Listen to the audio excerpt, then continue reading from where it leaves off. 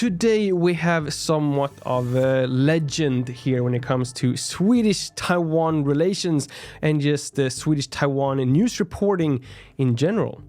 Jojje. I'm a Swedish journalist living in Taiwan since 2016. I used to live in Beijing to 2016 when I got blacklisted from China. And then I have to move to somewhere new in the region, so I choose Taiwan because it's a good place to cover China and Taiwanese politics from, especially now in election time. I'm also writing books. Unfortunately, everything is in Swedish, but I also have a Swedish news site and a Swedish newsletter. So any Swedish readers can check out the kinamedia.se, which is my own personal project. I should also mention the largest site in Sweden when it comes to news about China and correct, this part the of the largest and one of the only, so yes. Yeah, let's go with the largest. Yeah. I just wanted to take this opportunity to ask you all the questions that I think that me and most foreigners living here in Taiwan, and also maybe most foreigners living outside of Taiwan, actually want to know about this weekend's elections here in Taiwan, because the overall news are more or less that this is the most important election in the history of Taiwan, but I mean basically also the world. That's how it feels. And it's also an election of war and peace. Is it? And how does it look like from your side, who I believe has the most information available of all us, at least foreigners here in Taiwan? Yeah, so to begin with, every election is the most important one, right?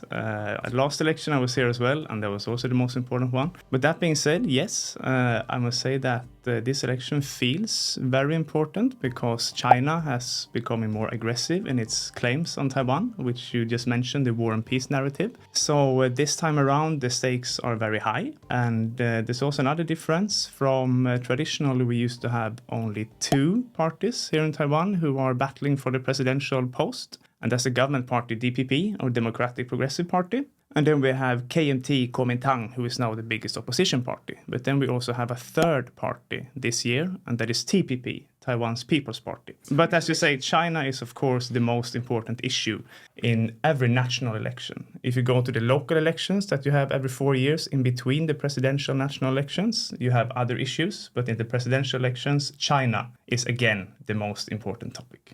How does the future look like depending now on how it goes this weekend at the elections? Yeah, so let us focus this question on the relation with China that is most important for at least the security policy of Taiwan, the security policy of the future. So we have those different parties that I just mentioned, and they all have different China policies. So the war and peace that you just mentioned, that is the narrative that the opposition party, KMT, Kuomintang, they try to frame this election as an election between war and peace. And then we have DPP, the government party. They frame this election as an election between democracy and authoritarianship. And then we have the third party, TPP, who was established only in 2019. And that is, obviously a new party. And they try to place themselves somewhere in between DPP and KMT. So they don't want to have Taiwanese independence, but they also don't want to agree on the concept that Taiwan and China is one and the same nation. In general, they try to avoid the China question, and they say that they will be more pragmatic when dealing with China. A new alternative for voters that think that DPP is too extreme on the independent side and KMT is too extreme on the negotiating side or moving closer to China. For someone like me who just lives here and I just want to go around with my own business, making my YouTube videos,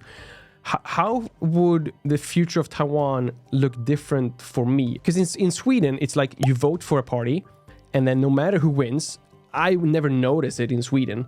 But would it have a more direct effect here in Taiwan, or how do you personally think? In Taiwan, you're actually voting about the future status of your own country, right? Which is kind of different. As you say, in Swedish elections, it's about, maybe some taxes or maybe something with education or whatnot. But here, I guess in the short term, the biggest difference would be that if DPP wins the election, there will be tensions with China in the same way that you had in the past 7 or 8 years. And there would be no official communication between the Chinese government and the Taiwanese government. KMT, on the other hand, they agree that China and Taiwan is part of the same country, and that means that a dialogue can restart again with Beijing. So that means in the short term, you will have less military pressure, you will have less Chinese fighter jets around the Taiwan Strait, but then again, there's also a danger in the long term that maybe you invite China to get more influence over your economy, which they can use as a political leverage and swallow up Taiwan because of the big economical size and the political heft that China has that Taiwan doesn't have. And then if TPP wins the election, which according to the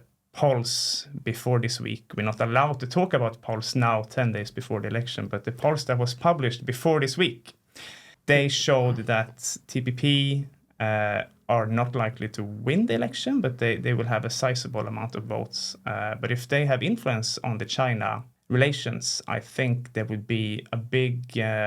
they will prioritize the economic relation with China. They want to avoid to talk politics, and they want to restart trade and to some extent also cultural exchanges. But yeah, DPP and KMT really have two opposite ways of handling the relation with China. This is a very unique situation for me because I like to read about Taiwanese news from all over the world, specifically when news about Taiwan is being published in Sweden. But that's all thanks to you. Like, you are the one who publishing those Taiwan-related news in Sweden. Is there anything that is just like about the election that is not Chinese-related? Or is it only like, is it a China-Taiwan election? Or is it like a Taiwanese election? And does the different parties have something else that also like differentiate them other than like the China relations? In 2016, when I first moved here, there was very few foreign journalists in Taiwan. The Foreign Correspondent Club had about 30 members. But now, because of what's happening in China and Hong Kong, it's harder to be a journalist stationed there. You have less press freedom. Now we have over 130 members in the Foreign Correspondent Club. So we actually have, apart from me, that is the Swedish journalist, we also have 2 Danish full-time journalists here. We have a Norwegian journalist. Smaller European countries are sending their correspondents not to Beijing, not to Hong Kong, but to Taipei.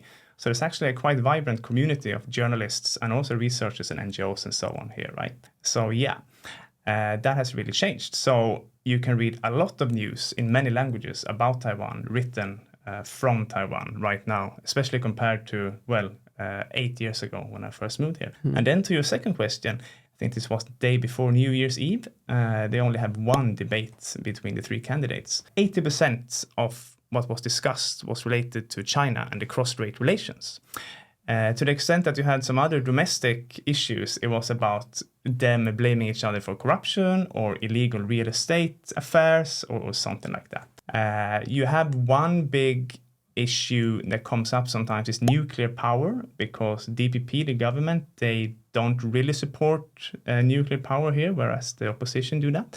That would be the only issue that takes some place apart from the cross-strait issue and the corruption, like blaming each other for corruption.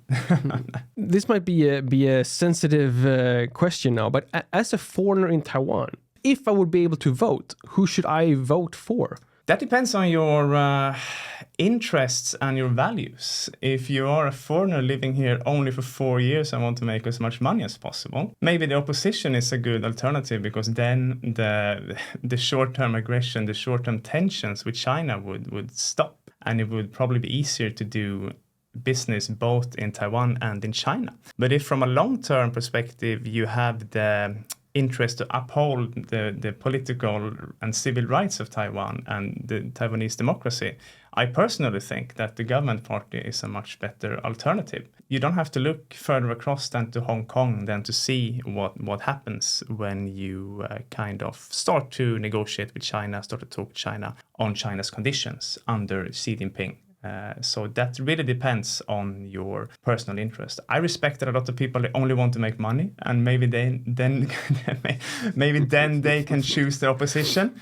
But if you have some other interest in the democratic system, the civil society being vibrant, and Taiwan, frankly, being a hub for NGOs, research, journalism, so on, then it's a good idea to support the government party. And I can also add to that you have seen, as I just mentioned, in the past 8 years, during DPP's rule, Taiwan has been moving away from China economically and politically, and it has instead moved closer to US, to Europe, to Japan, to Australia, to other democracies. So if that is a trend that you want to continue, then the government is also a good alternative to vote for. If you want to see Taiwan again move closer to China, then the opposition is a good alternative. One question from my mom, actually. How dangerous is it to live in Taiwan now? And how dangerous will it be after the election, depending on who's winning? Yeah, you and me have both been living in Taiwan for some time, and we know that this is actually one of the safest places in the world to live in because of My mom should know that too. Low crime rate, good healthcare.